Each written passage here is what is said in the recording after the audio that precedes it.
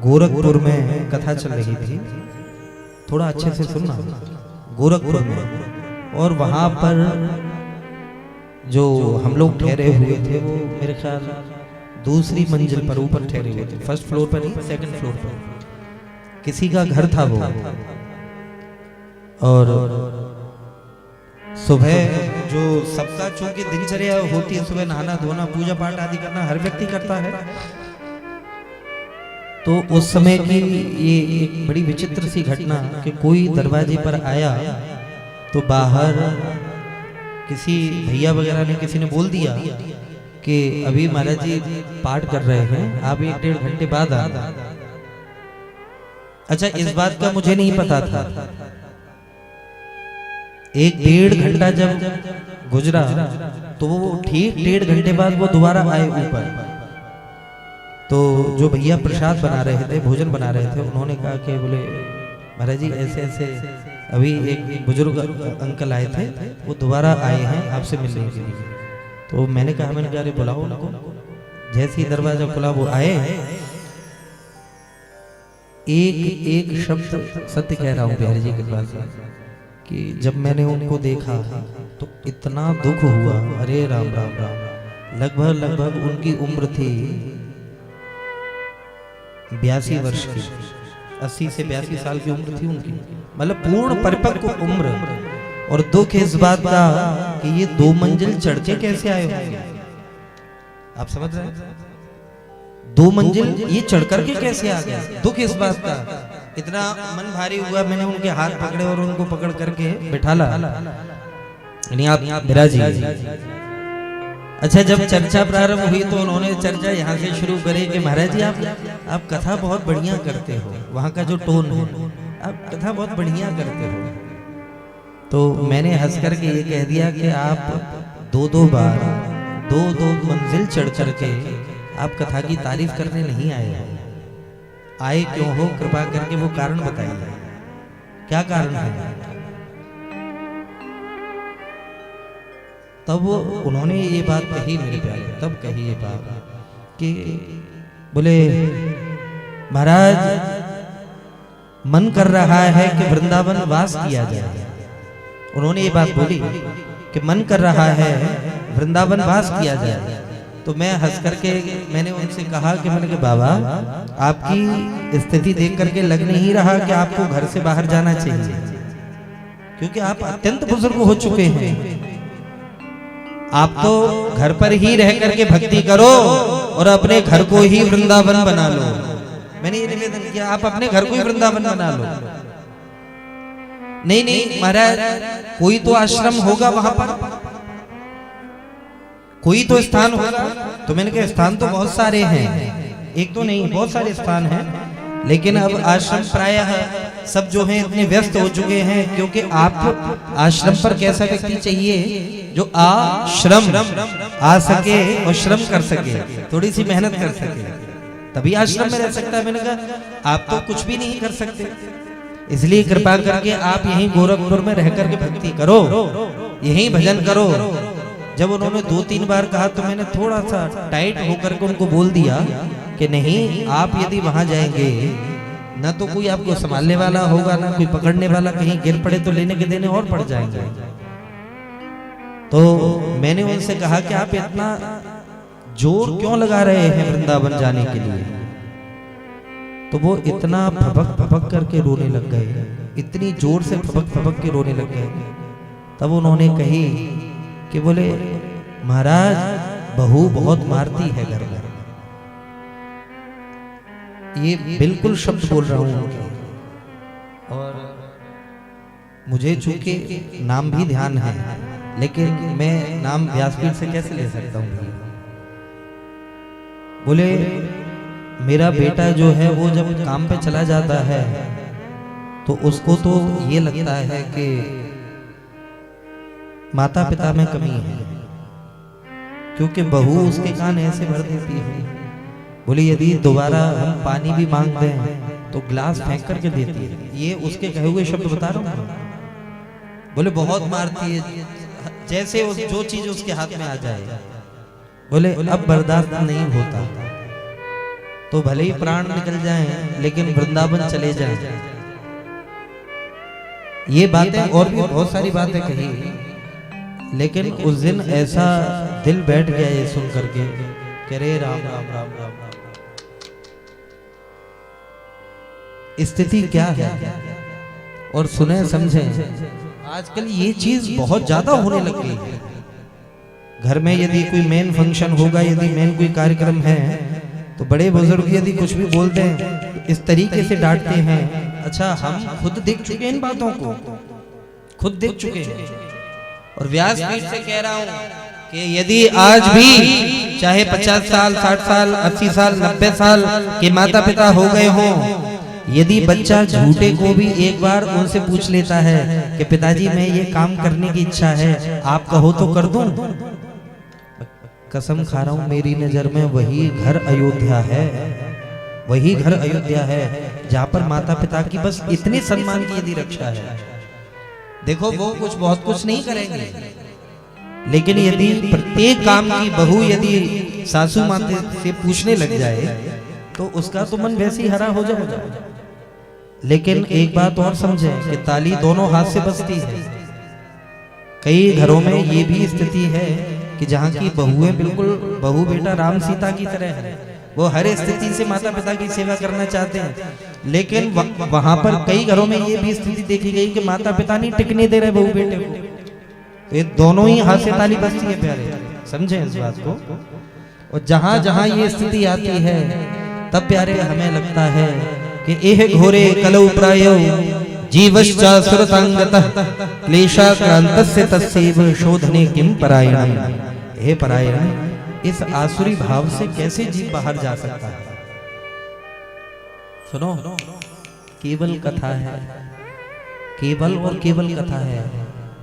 दुनिया में कोई ऐसा व्यक्ति नहीं जन्मा यदि उसके जीवन में कथा उतर जाए और उसका जीवन न बदल जाए। ऐसा कोई व्यक्ति जन्म नहीं लिया है आज तक किसी व्यक्ति ने। कथा यदि कलेजे उतर गई गारंटी से जीवन बदलेगा। और सत्य कह रहा हूं, आज के दौर में कथा की सबसे ज्यादा आवश्यकता है। प्रेम से बोलो राधे राधे। कैसे ना कहूं इन बातों को भाई, कैसे ना कहूं। यह भी कुछ महीने पुरानी बात और मेरा मन करता है कि बोल देना चाहिए, क्योंकि यदि व्यासपीठ नहीं बोलेगी तो कौन सी गद्दी बोलेगी इन बातों को। अभी दिल्ली में, ये आपको प्रमाण दे रहा हूं आसुरी भाव के, कहीं बजट छोटा होता है कहीं बजट बड़ा होता है। दिल्ली में रियल घटना कुछ महीने पुरानी, साल पुरानी नहीं कह रहा, कुछ महीने पुरानी। एक पिता की 2 संतान, और उससे भी बड़ी बात यह कि 1,000 करोड़ की प्रॉपर्टी, 1 लाख करोड़ की प्रॉपर्टी। सच्ची बात, ये बात सारी गूगल पे भी पड़ी हुई है, न्यूज में भी आई है ये बात। 1 लाख करोड़ की प्रॉपर्टी। और जब दोनों बेटों में पिता ने अनबन देखी तो सोचा कि नहीं, ये इनके लक्षण ठीक नहीं लग रहे, समय पर बंटवारा कर दिया। 50,000 करोड़ की प्रॉपर्टी एक को, 50,000 करोड़ की एक को। ये वास्तविकता की बात बता रहा हूँ। महाराज पिताजी पधार गए, लेकिन वहां पर एक विचित्र बात ये हो गई कि एक फार्म हाउस था। फार्म हाउस आजकल होते हैं, सबके होते हैं प्राय। वो फार्म हाउस लगभग उसकी कीमत थी 56-57 करोड़। अब आप अपने दिल से बताओ, सभी लोग अपने हृदय पे हाथ रख करके बताओ कि 50,000 करोड़ की प्रॉपर्टी के आगे 56 करोड़ कोई मायने रखते हैं। और वहां पर उस 56 करोड़ के उस फार्म हाउस के पीछे दोनों भाइयों में इतनी तनातनी हो गई, इतनी तनातनी हो गई कि महाराज एक दिन लड़ाई की नौबत बनी। तुम्हारा यहाँ तक बात हो गई, चलो मीटिंग रखते हैं, मैटर रफा दफा करें। दोनों अपने गार्ड के साथ में पहुंचे, क्योंकि आम लोग तो थे नहीं। गार्ड के साथ में गए और कमाल तो तब हुआ जब चर्चा होते होते बहस बढ़ी, और बहस यहाँ तक बढ़ गई कि एक भाई ने दूसरे भाई में जैसे चांटा दिया, तो जिसमें चांटा दिया उसके बॉडीगार्ड ने तुरंत खोपड़ी में गोली मार दी भाई को। और इधर इन्होंने गोली चलाई है तब तक जिसमें गोली पड़ी है उसके गार्डों ने इसको भूंज दिया। 2 मिनट में दोनों भाई 50,000 करोड़ का एक, 50,000 करोड़ का दो, दोनों जो है 1 लाख करोड़ के दोनों भाई वहीं के वहीं ढेर हो गए 1 मिनट के अंतराल में। और ये जो आती है ना छोटा हाथी लगेज वगैरह के लिए जो प्रयोग करते हैं, उसमें दोनों की लाश रखी हुई थी और उसमें अखबार में हेडिंग थी नीचे कि ये 1 लाख करोड़ की प्रॉपर्टी के वारिस पड़े हुए हैं दोनों। प्यारे, दिल से कह रहा हूं, काश वो कभी एक बार भगवान की कथा सुन लेते, काश एक बार सुन लेते कि हमारे द्वारिकाधीश श्री कृष्ण जिंदगी भर सेवक बनकर के रहे हैं। कभी उन्होंने प्यारे कभी भी राजगद्दी नहीं स्वीकारी, कभी भी श्री कृष्ण राजा नहीं बने हैं। यह बात आप लोगों को पता है कि नहीं? प्रभु सेवक बनकर के रहे हैं, कहे भले ही द्वारिकाधीश जाते थे लेकिन राजा नहीं बने प्रभु कहीं पर। प्रेम से बोलो राधे राधे। और हमारे प्रभु श्री राम का क्या कहना? अरे वाह, बड़ा भैया छोटे भैया के लिए कह रहा है, बोले भरत प्राण प्रिय पावह राजू, भरत मेरा प्राण प्यारा है, इसको राज्य मिलना चाहिए। और छोटा भैया बड़े भैया के लिए क्या कह रहा है? बोले संपत्ति सब रघुपति की अहै, बोले ये सारी संपत्ति जो है वो तो रघुनाथ जी की है, मेरे बड़े भैया राम जी ही राजा बने, वही राजा बने। आप जरा कल्पना करिए, यहाँ पर कोई 1 लाख करोड़ की प्रॉपर्टी की बात नहीं थी प्यारे, यहाँ पर जो बात है त्यक्त्वा सुदुत्यज सुरेप्सित राज्य लक्ष्मी, कैसी राज्य लक्ष्मी? बोले सुरेप्सित, जो देवताओं के लिए भी दुर्लभ है, ऐसी राज्य लक्ष्मी को दोनों भाइयों ने महाराज फुटबॉल बना दिया। बड़ा भाई इधर से ठोकर मार रहा है कि नहीं तू जा, छोटे भाई भरत के पास जा, और उधर से छोटा भाई मार रहा है कि नहीं तेरी शोभा राम जी के चरणों में ही है। काश वो भैया दोनों एक बार राम कथा सुन लेते, कसम खा के बोल रहा हूं जीवन बदल जाता, ये घृणा खत्म हो जाती। दौर बहुत बिगड़ रहा है, थोड़ा नहीं बहुत बिगड़ रहा है। प्रेम से बोलो राधे राधे। वो अभी उसने अनंत ने वो जो वीडियो शेयर किया ना, अच्छा गारंटी से मुझे पता नहीं आपने देखा, पर मुझे कंफर्म है किसी न किसी ने जरूर देखा होगा। अभी परसों देखा है कि बूढ़ी मैया लगभग 80-90 साल की, 1.5 हड्डी में प्राण, और बच्चे ने नीचे पटक रखा है उस मैया को, उसका मुंह पर हाथ रख रखा है, और मोटा चिमटा, उस चिमटे से, धारदार चिमटे से उस मैया के पेट पे पूरी ताकत से बहू मार रही है। हे भगवान, हे मेरे परमात्मा, हे मेरे बिहारी जी। ये तो अभी परसों नरसों की बात है, परसों नरसों की घटना है। और वो वीडियो जो बना रहा है व्यक्ति, वो कह रहा है बोले चले यार देख ये मार देगा जान। बोले पहले वीडियो तो बना ले लेते, पहले वीडियो शूट कर लेने दे, फिर बोले प्रमाण पत्र तो दिखाएंगे कुछ। वो कुछ इस प्रकार की चर्चा कर रहे हैं। अरे राम राम राम राम राम।